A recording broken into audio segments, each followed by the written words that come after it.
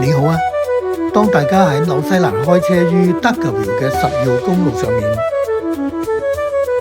你會發現公路中段嘅路邊有呢個路牌。呢個男人捧住盒番薯，話俾大家聽，呢度係番薯之都。呢度附近風光優雅，不少嘅農場都種植番薯。如果你遇上呢個標誌性嘅路牌，不妨諗下點樣可以打到卡啦。12號公路上面有個笑臉迎人嘅番薯向汽車招手，駛入去有個自助販賣番薯嘅小亭。由於附近嘅淺層黏土好適合種番薯，加上日照充足，全新西蘭97% 嘅番薯供應都係喺附近產出㗎。喺呢個地區眾多番薯農場嘅中間，即係498號 Portal Road 隔離，有好多樹木遮掩嘅，就係隱藏住一間新西蘭全國最細小嘅教堂。佢嘅入口俾叢林所掩蓋，一般路過嘅人唔會察覺，要自己推高個木閂先至可以開門入去。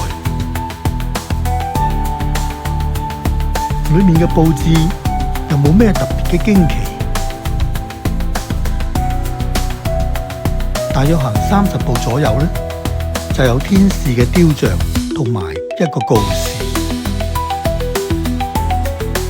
再行前幾步，你就會發現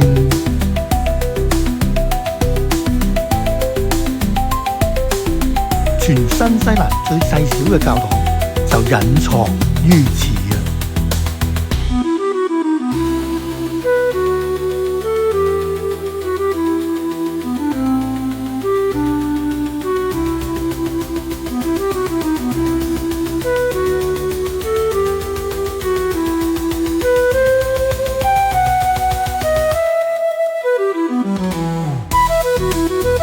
翻轉頭睇下呢個天使雕像同埋告示，說明咗教堂首次嘅使用日期係2010年10月17。最低嘅一句顯示，之前曾經有旅遊團帶人嚟呢度參觀。俾多一次機會，你再欣賞新西蘭最細小教堂嘅風姿啦。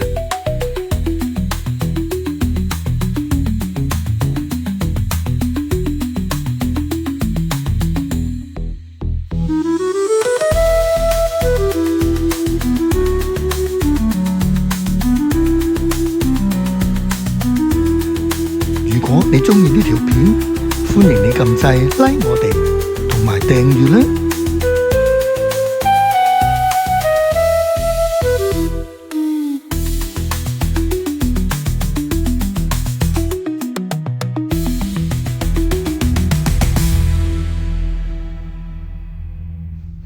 小教堂都幾靚啊！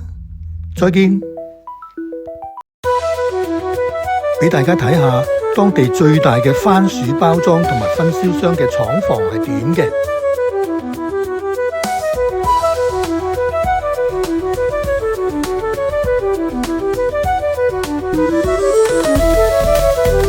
請大家喺心裏面為番薯之都同埋全國最細小嘅教堂鼓掌。